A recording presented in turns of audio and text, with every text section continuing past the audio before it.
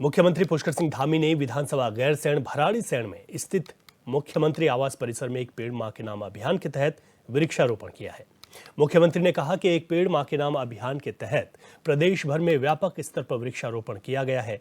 हरेला पर्व से 15 अगस्त तक संपूर्ण प्रदेश में वृक्षारोपण का अभियान चलाया गया, जिसमें कई विभागों के साथ जन सहयोग भी लिया गया।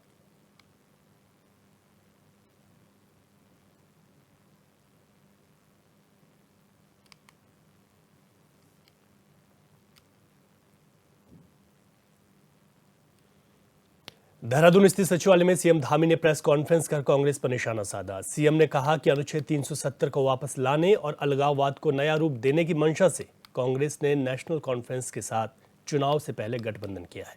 कांग्रेस की इस विभाजनकारी सोच का दुष्परिणाम हिंसा और आतंकवाद के रूप में पूरा देश भुगत चुका है और पुनः ऐसे लोगों के साथ गठबंधन करना जिनकी पाक परस्ती और अलगाववादी सोच से पूरा देश परिचित है। जम्मू और कश्मीर में अभी चुनाव की तिथियां घोषित हो गई हैं और चुनाव की तिथियां घोषित होने के बाद जिस प्रकार से वहां पर अभी एक गठबंधन सामने आया है कांग्रेस पार्टी और नेशनल कॉन्फ्रेंस के बीच में, तो ये गठबंधन सत्ता के लालच में बार बार देश की सुरक्षा, एकता और अखंडता के साथ खेलने वाली कांग्रेस पार्टी ने जम्मू कश्मीर में अब्दुल्ला परिवार की नेशनल कॉन्फ्रेंस के साथ फिर से गठबंधन कर दिया है, जिन्होंने 3 दशकों तक लगातार कश्मीर को 3 दशकों तक लगातार पीछे धकेलने का काम किया, आतंकवाद को, अलगाववाद को, जिहाद को लगातार पोषित करने का काम किया। और कांग्रेस पार्टी ने जो गठबंधन किया है, उस गठबंधन के बाद उनके मंसूबे सबके सामने जाहिर हो गए हैं कि वो किस प्रकार से कश्मीर को किस प्रकार से बर्बाद करने वाले लोगों के साथ आज अपना गठबंधन कर रहे हैं। तो नेशनल कॉन्फ्रेंस के घोषणा पत्र के वादों पर कांग्रेस पार्टी और राहुल गांधी जी से हमारे चूँकि ये 10 सवाल हैं कि उनको 10 सवालों के जवाब देश की जनता को जरूर देने चाहिए कि क्या कांग्रेस नेशनल कॉन्फ्रेंस के जम्मू कश्मीर से फिर से अलग झंडे के वायदे को समर्थन करती है क्या, कि जो देश के अंदर एक निशान, एक विधान और एक प्रधान की बात होती आई है देश की आज़ादी के बाद से, जो धारा 370 समाप्त हुई है, क्या वो पुनः वहाँ फिर से धारा 370 लागू करना चाहते हैं? फिर से जो है अशांति और आतंकवाद के युग में कश्मीर को धकेलना चाहते हैं? इस निर्णय का क्या वो समर्थन करते हैं? क्या कांग्रेस कश्मीर के युवाओं के बदले पाकिस्तान के साथ वार्ता करके फिर से अलगाववाद को बढ़ावा देने का समर्थन करती है? ये प्रश्न है। क्या कांग्रेस पार्टी राहुल गांधी पाकिस्तान के साथ फिर से व्यापार शुरू करने के नेशनल कॉन्फ्रेंस के निर्णय से फिर से बॉर्डर पार से आतंकवाद और इकोसिस्टम का पोषण करने का भी क्या समर्थन करते हैं? क्या कांग्रेस आतंकवाद और पत्थरबाजी की घटनाओं में जिनके परिवार के लोग शामिल रहे हैं, उनको सरकारी नौकरियों में फिर से बहाल करके आतंकवाद, दहशतगर्दी और बंद के दौर को फिर से वहाँ पर लाने का समर्थन करते हैं? इस गठबंधन से कांग्रेस पार्टी का एक और चेहरा सामने आया है, जो इन्होंने पूरे चुनाव के दौरान देश के अंदर एक झूठ परोसने का काम किया कि भाजपा की सरकार आएगी, एनडीए की सरकार आएगी, मोदी जी फिर से प्रधानमंत्री बनेंगे तो देश के अंदर आरक्षण समाप्त हो जाएगा। इस प्रकार का एक पूरा भरमजाल इन्होंने फैलाया, लेकिन कांग्रेस पार्टी का आरक्षण विरोधी चेहरा भी इस गठबंधन होने के बाद सामने आया है। क्या कांग्रेस दलितों, गुर्जर, बकरवाल और पहाड़ियों के आरक्षण को समाप्त कर फिर से उनके साथ अन्याय करने के नेशनल कॉन्फ्रेंस के वादे के साथ है क्या? क्या कांग्रेस चाहती है कि जो शंकराचार्य पर्वत, तख्त सुलेमान और हरि पर्वत कोहे मारन के नाम से जाने जाएं?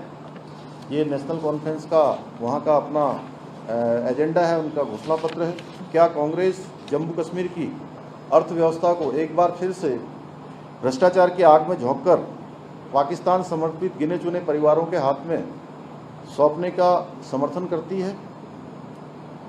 और इसके साथ ही कांग्रेस पार्टी नेशनल कॉन्फ्रेंस के जम्मू और घाटी के बीच भेदभाव की राजनीति का भी समर्थन करती है क्या आपस में गठबंधन करने के बाद? और साथ ही कांग्रेस और राहुल गांधी कश्मीर को ऑटोनॉमी देने की जो नेशनल कॉन्फ्रेंस की विभाजनकारी सोच है, उन नीतियों का क्या कांग्रेस समर्थन करती है? जो जो चीज़ें जो है इन्होंने अपने घोषणा पत्र में कही है या जम्मू और कश्मीर के लोगों के बीच में रखी है। तो ये कुछ सवाल हैं जो मैं आप सबके माध्यम से देश की जनता के समक्ष भी रख रहा हूं और कांग्रेस पार्टी को और राहुल गांधी को इस पर अपना जवाब देना चाहिए कि आखिर कांग्रेस क्या सोचती है कि जिस प्रकार से आज आदरणीय प्रधानमंत्री मोदी जी के नेतृत्व में वहाँ धारा 370 समाप्त होने के बाद कश्मीर का अमन चैन बढ़ा है, शांति बढ़ी है, वहाँ का पर्यटन बढ़ा है, तेज़ी से विकास आगे बढ़ा है और अलगाववादी, आतंकवादी, जिहादी और देश की विघटनकारी शक्तियाँ उन पर लगाम लगी है। जो तमाम प्रकार के दंगे होते थे, तमाम प्रकार के हमारे सैनिकों पर, अर्धसैनिक बलों पर हमले हुआ करते थे, वो हमले मिनिमम हो गए हैं। पत्थरबाजी की घटनाएं समाप्त जैसी हो गई हैं। क्या कांग्रेस फिर से ऐसे लोगों के साथ मिलकर वहाँ पर इस प्रकार का माहौल बनाना चाहती है? उत्तराखंड विधानसभा के मानसून सत्र के दौरान दंगा विरोधी और सार्वजनिक निजी संपत्ति क्षति वसूली अध्यादेश को सदन से पास किया जा चुका है। इस अध्यादेश को लेकर सीएम धामी ने बताया कि प्रदर्शनों के दौरान सार्वजनिक निजी संपत्ति को क्षति पहुंचाई जाती है, जिसे रोकने के लिए यह अध्यादेश लाया गया है, जिससे दंगाइयों से ही क्षति की वसूली की जाएगी।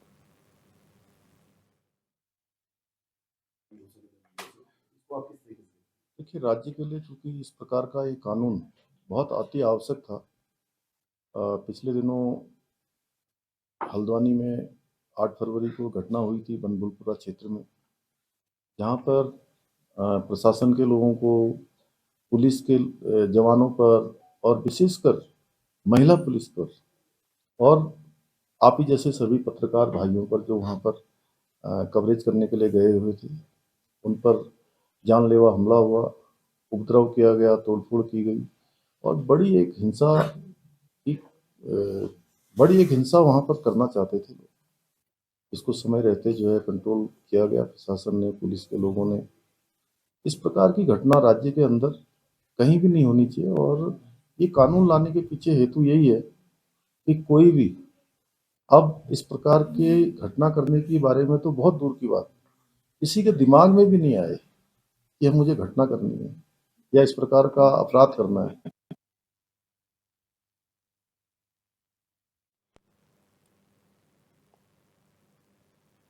मानसून सत्र संपन्न होते ही सियासत ने एक नया मोड़ ले लिया। धारचूला से कांग्रेस विधायक हरीश धामी ने अपनी ही पार्टी पर बड़ा आरोप लगाया है। दरअसल मानसून सत्र के दौरान आपदा जैसे गंभीर मुद्दे को लेकर विपक्ष ने नियम 310 के तहत उसे पर चर्चा की मांग की थी, लेकिन विधानसभा अध्यक्ष की तरफ से उसे नियम 58 में सुना गया और विपक्षी दल के 8 विधायकों को बोलने के लिए आधे घंटे का समय दिया गया, जिसमें नेता प्रतिपक्ष के अलावा 2 विधायक ही बोल पाए, जिससे धारचूला विधायक हरीश धामी आक्रोशित हो गए और उन्होंने सदन से वॉकआउट कर दिया।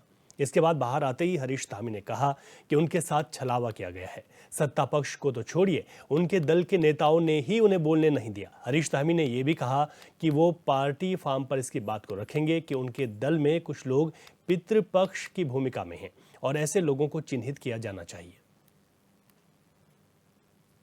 सैनिक के रूप में सेवा दे रहा है, मैं तौर पे कह रहा हूं, मीडिया के सामने कह रहा हूं, कहीं ना कहीं आज पहाड़ की आवाज को दबाने का काम किया गया।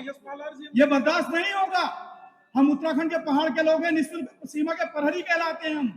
अगर हमारा बेटा या भाई सीमाओं में सैनिक के रूप में सेवा दे रहा है तो घर में रहने वाली मातृशक्ति या बुजुर्ग या वहां की बहनें निःशुल्क सीमा के प्रहरी के रूप में सीमाओं की रक्षा करते हैं। अगर हम लोगों के साथ इस तरह का भेदभाव होगा तो निश्चित तौर पर आने वाले समय में नगर पंचायत और पंचायत में और 27 में इसका जो है खामियाजा भुगतना पड़ेगा। और कोई भी हो, अगर ऐसे लोगों को महत्व मिलता है जो अपने अपने दूध नहीं जिता सकते हैं, ये दुर्भाग्य की बात है कि 3 बार के विधायक की सीनेटी खत्म कर दी गई और उसको एक 5 मिनट का समय नहीं दिया गया। बैठूंगा गर्मी में। मैं माननीय मुख्यमंत्री जी से निवेदन करूंगा कि आप भी पहाड़ के और एक सैनिक पुत्र हैं, आप आएंगे और हमारी पीड़ा समझेंगे। धन्यवाद। गैरसैंण में मानसून सत्र की कम अवधि पर विपक्ष की नाराजगी को लेकर मुख्यमंत्री पुष्कर सिंह धामी ने कहा कि आने वाले समय में गैरसैंण में होने वाले सत्रों की संख्या और अवधि को बढ़ाया जाएगा। साथ ही पत्रकारों और पुलिस के जवानों के रहने की व्यवस्था विधानसभा क्षेत्र के अंदर ही की जाएगी। वहीं सीएम धामी ने भवन निर्माण के कार्य को शुरू करने की घोषणा भी की है। अब राजधानी है कि धीरे धीरे सब लोगों को यहाँ की आदत हो रही है, आप लोगों को भी हो गई होगी इस बार है, जल्दी जाने का आपका भी मन नहीं कर रहा है, तो इसलिए मैं आप लोगों की भावना भी समझ रहा हूँ। और हम लोग जो है पहले यहाँ आते थे तो थोड़ा सा लगता था कि नई जगह आए हैं और सभी को ऐसा लगता था, लेकिन धीरे धीरे अब ये स्थान सबके लिए जाना पहचाना स्थान हो गया है। तो यहाँ पर थोड़ा और पूरे साल भर एक्टिविटी हो, सत्र भी थोड़ा बड़ा चले, उसके लिए हम प्रयास कर रहे हैं। यहाँ पर स्वास्थ्य की सेवाएं अच्छी हों, अस्पताल एक अच्छा अस्पताल यहाँ पर बनाने के लिए भी आज मैंने कहा है। और साथ में सबसे बड़ी समस्या आप ही लोगों की है, आप लोगों को किसी को काली मठ जाना पड़ रहा है, किसी को गैरसैंण जाना पड़ रहा है, किसी को कहीं जाना पड़ रहा है, आसपास कोई रुद्रप्रयाग से आ रहा है, कोई गोचर से आ रहा है। तो अब आप लोगों के लिए यहाँ पर एक बड़ा भवन, अच्छा भवन एक बनाने का मैंने घोषणा की थी। और एक घोषणा नहीं है, मैं तो हमारे महानिदेशक सूचना आयुक्त जी यहाँ पर बैठे हैं, सूचना आयुक्त महानिदेशक सूचना, तो आपको मैं अभी यहीं पर से अब तुरंत हमारे ये सत्र आज समाप्त हो गया है, सत्र के समाप्त होते ही इसकी कार्रवाई तत्काल प्रारंभ हो जाए। मसूरी में कांग्रेस के राष्ट्रीय प्रवक्ता सुरेंद्र राजपूत ने प्रेस कॉन्फ्रेंस कर केंद्र सरकार पर निशाना साधा। उन्होंने कहा कि बीजेपी के राज में बेटियां सुरक्षित नहीं है, सरकार एक व्यक्ति को लाभ पहुंचाने के लिए काम कर रही है और सरकारी धन का दुरुपयोग कर रही है। बता दें कि प्रेस कॉन्फ्रेंस से पहले केंद्रीय प्रवक्ता ने शहर कांग्रेस अध्यक्ष के साथ ही कांग्रेस कार्यकर्ताओं से मुलाकात की और पार्टी के उठाए जा रहे जनहित के मुद्दों को आम जनता तक पहुंचाने का आह्वान किया।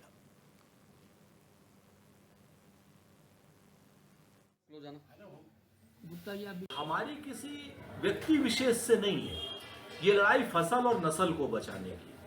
आप इस चीज को देखिए ना कि किस तरीके से देश के सारे संसाधनों पर एक व्यक्ति विशेष का, क्रॉनिक कैपिटलिस्ट का कब्जा होता जा रहा है।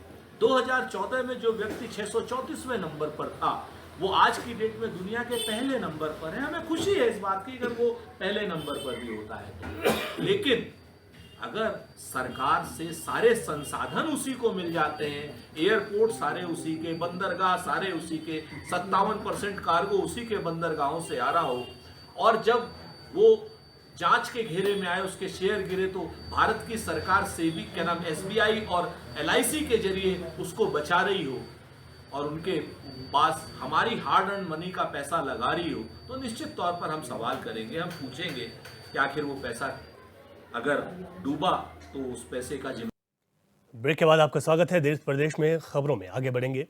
विकास नगर के टिमली रेंज के मटक माजरी गांव में उस वक्त हड़कंप मच गया जब ग्रामीणों ने किंग कोबरा को गांव के पास देखा। इतने विशालकाय किंग कोबरा को देखकर ग्रामीणों में हड़कंप मच गया। ग्रामीणों ने किंग कोबरा की सूचना वन विभाग को दी, जहां मौके पर पहुंचे वन विभाग के स्नैक कैचर के किंग कोबरा को देखकर पसीने छूट गए। वन विभाग की टीम ने घंटों बाद किंग कोबरा का रेस्क्यू कर उसे जंगल में छोड़ दिया, जिसके बाद ग्रामीणों ने राहत की सांस ली है।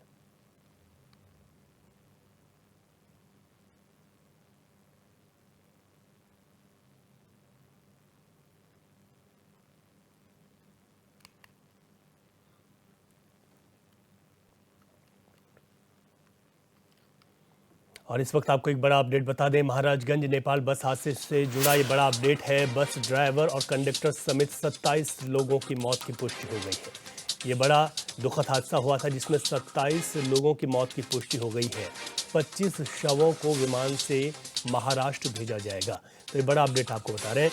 बीते रोज जिस तरीके से एक दुखद हादसा महाराजगंज में हुआ, पोखरा जाती हुई बस में जिसमें 40 भारतीय सवार थे, उसमें अभी बड़ा अपडेट है क्योंकि जिस तरीके से नदी में बस समा गई थी उसमें 27 लोगों की मौत की पुष्टि प्रशासन ने कर दी है और इसके अलावा 25 शवों को विमान से महाराष्ट्र भेजा जाएगा। तो बीते रोज ये बड़ा दुखद हादसा हुआ था जिसमें नेपाल जा रही बस में सभी 40 यात्री भारतीय थे, उसमें से 27 लोगों की मौत की पुष्टि प्रशासन ने कर दी। अधिक जानकारी लेते हैं, हमारे संवाददाता ब्रिजेश गुप्ता फोन लाइन पर हमारे साथ हैं। ब्रिजेश, और क्या कुछ जानकारी मिल पा रही है इस हादसे को लेकर? जी बिल्कुल, आपको बता दें कि नेपाल से जो हादसा कल बस से हुआ था उसमें करीब 27 लोगों की मौत हो गई है। महाराजगंज से जो सीओ हैं और सीओ और इंस्पेक्टर सोनोली मौके पर पहुंचे हैं और वहां जो लोग गंभीर रूप से घायल हैं उनकी देखरेख में जुटे हुए हैं। हालांकि जो 27 लोगों की मौत हुई है उसमें 25 लोग महाराष्ट्र के रहने वाले हैं और 2 लोग गोरखपुर के रहने वाले हैं। जो 25 महाराष्ट्र के रहने वाले हैं उनको जो है भारतीय वायुसेना के विशेष विमान से जो है उनको भेजा जाएगा और जो गोरखपुर के 2 लोग रहने वाले हैं उनको बाई रोड भेजा जाएगा। हालांकि महाराजगंज जिला प्रशासन जो है पल पल का अपडेट ले रहा है और सोनौली बॉर्डर पे जो है एम्बुलेंस और एक जो है बस तैनात कर दिया गया है कि जो गंभीर रूप से घायल हैं उनको जो है भारत में सही ढंग से इलाज मिल सके। जी ठीक है ब्रिजेश, यहाँ पर जो गंभीर रूप से घायल है उनकी स्थिति कैसी है, और जो 40 के करीब भारतीय यात्री इसमें बताए गए थे, क्या सभी की बरामदगी हो गई है? जी बिल्कुल, आपको रवि बता दें कि जो बस में सवार थे करीब जो है 41 लोग थे। 41 में जो है 27 लोगों की मौत की पुष्टि हो गई है और 14 लोग जो है गंभीर रूप से घायल हैं। हालांकि जो घायल हैं वो मामूली रूप से जो है घायल हैं, उनको इलाज के लिए जो है कल ही जो है नेपाल सरकार ने विमान से जो है उनको इलाज के लिए काठमांडू भेजा था।